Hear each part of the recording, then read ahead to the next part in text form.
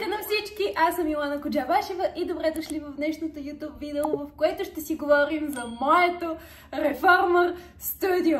Не мога да повярвам, че най-накрая снимам това видео, защото студиото е отворено от почти една година. И аз все още не съм ви направила това видео, и аз все още не съм ви направила студио тур, или както се казва, не апартмент тур. Тези, които ме следят в Инстаграм, сигурно са видели, че прекарвам тук целия си ден, от сутрин до вечер, събота, неделя, няма никакво значение, аз съм тук, но никога не се е случвало така, че да ви обясня детайлно историята на студиото. Така че реших това видео да бъде посветено само и единствено за Reformer Place. Много яко звучи!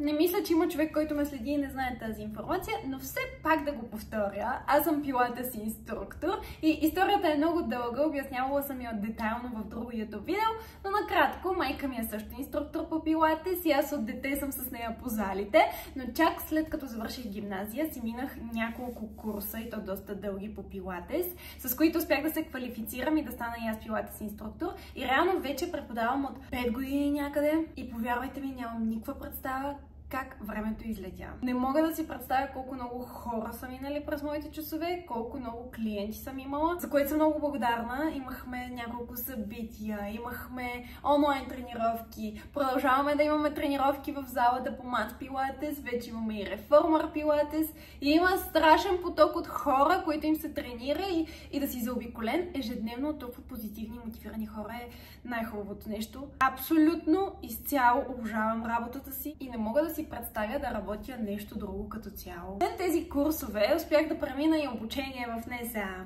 И въпреки, че учих за учител по физическо възпитание и учихме всякакви видове спорт, успях да взема от всеки спорт по нещо и да го интегрирам по някакъв начин в моите тренировки и към знанията ми за клиентките ми. И започнах да преподавам през 2019 мат пилатес. И съм длъжна да обясня какво е мат. Мат е постелка. Представете си една празна зала с една постелка и правиш упражнения на нея с абсолютно изцяло собствено тегло, като разбира се може да добавиш гирички и някакви други аксесуари, но мат пилатес е този пилатес, който практикувате и в къщи, който може да си пуснете в YouTube, да правите от всяка една точка на света. Но като почнах да водя, майка ми тогава се зариби по Reformer.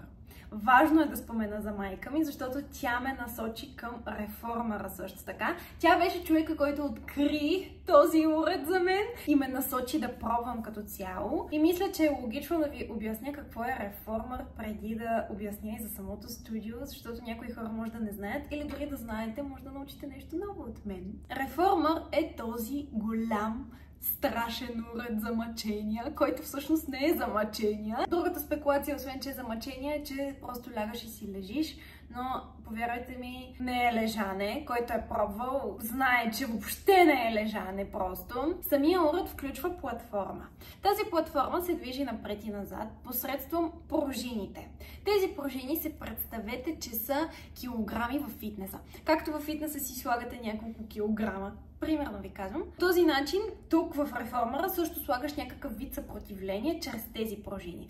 Представете си, че всяка пружина е с различни килограми, което означава, че тренировката може да бъде много тежка, може да бъде и много лека, но инструкторите са там да преценят коя пружина, за кое упражнение, какво, защо, за кой човек. Така че въобще не трябва да мислите върху това.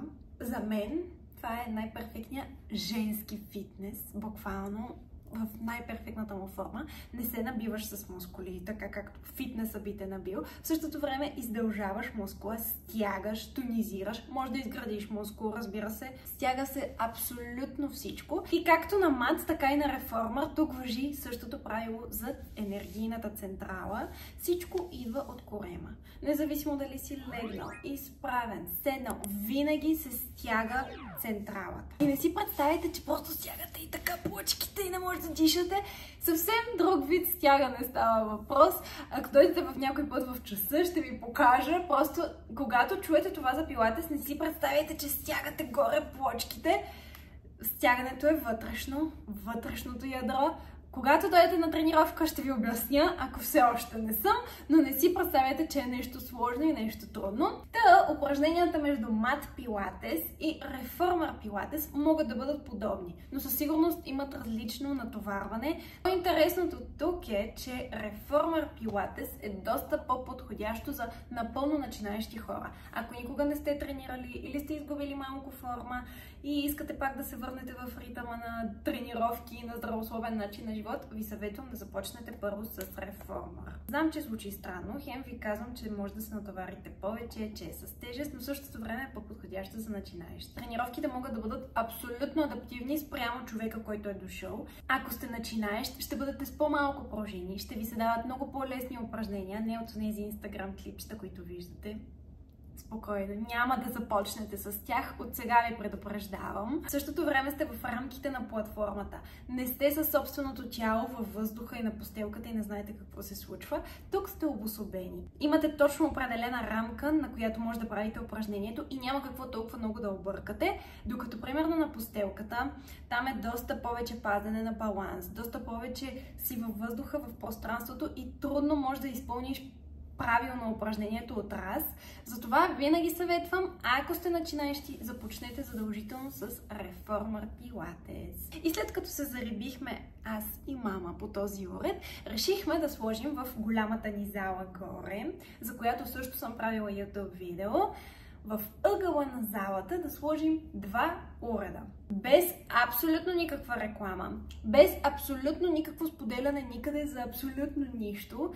Всичките часове бяха запълнени, може би за около 2 месеца беше пълно и хората искаха и още, което беше страшно странно за нас, защото никъде не сме го споделяли, никъде не сме правили реклама, просто от уста на уста, целият квартал вече знаеше за тези 2 уреда и звъняха и си запазваха часове, тогава нямаше дори система за записване, всичко беше по телефона, абсолютно проба беше. Не знам по какъв начин и какъв късмет, буквално късмет, точно в този период срещу залата се строи нова сграда, чисто нова.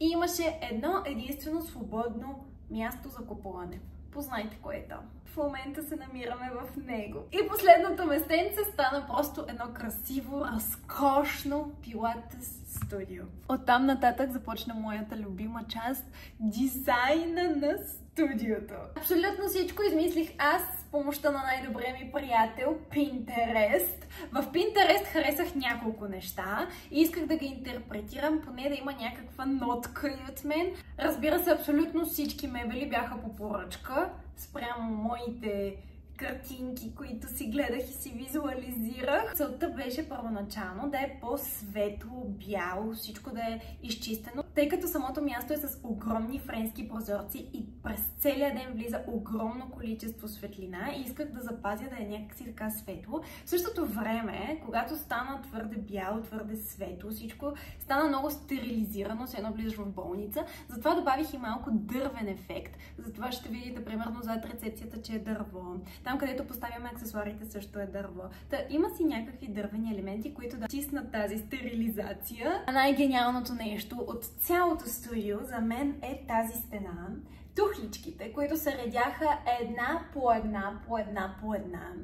Това е идея на баща ми, за което той трябва да получи своите аплодисменти. Отгоре сложи някаква специална лампа, която не мога да ви опиша технически какво, защо, но стана жесток. Процеса на правене на мястото, когато слагахме всички мебели и всичко, качвах много сторита, кое откъде е, така че ако някой е пропуснал тези сторита, но все пак иска да попита кое откъде е, може да пише долу в коментарите, ще отговоря.